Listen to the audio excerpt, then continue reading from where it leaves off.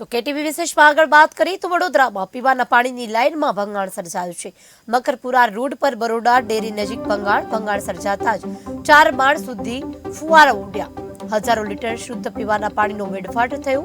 તંત્રની લાપરવાહીના કારણે શુદ્ધ પાણીનો વ્યય થયો।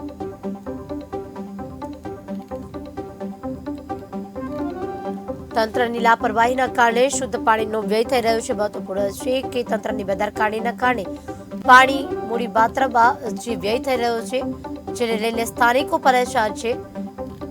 મકરપુરા રોડ પર બરોડા ડેરી નજીક આ ભંગાણ સર્જાતા 4 માળ સુધી ફુવારા ઉડ્યા હતા। સમગ્ર વિસ્તાર પાણી થયો હતો તો હજારો લીટર શુદ્ધ પીવાના પાણીનો વેડફાટ થયો હતો। મહત્વપૂર્ણ છે કે ઘણા બધા ગામડાઓમાં અત્યારે પાણી પીવાના પણ ફાંફા છે। ત્યાં એક તરફ વડોદરાના પીવાના પાણીની લાઇનમાં ભંગાણ સર્જાતા ત્યાં પાણીનો વેડફાટ થઈ રહ્યો છે।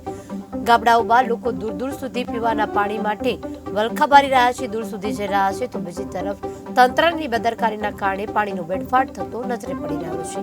હજારો લીટર શુદ્ધ પીવાના પાણીની વેડફાટ થયો છે। તંત્રની લાપરવાહીના કારણે શુદ્ધ પાણીનો વ્યય થઈ રહ્યો છે।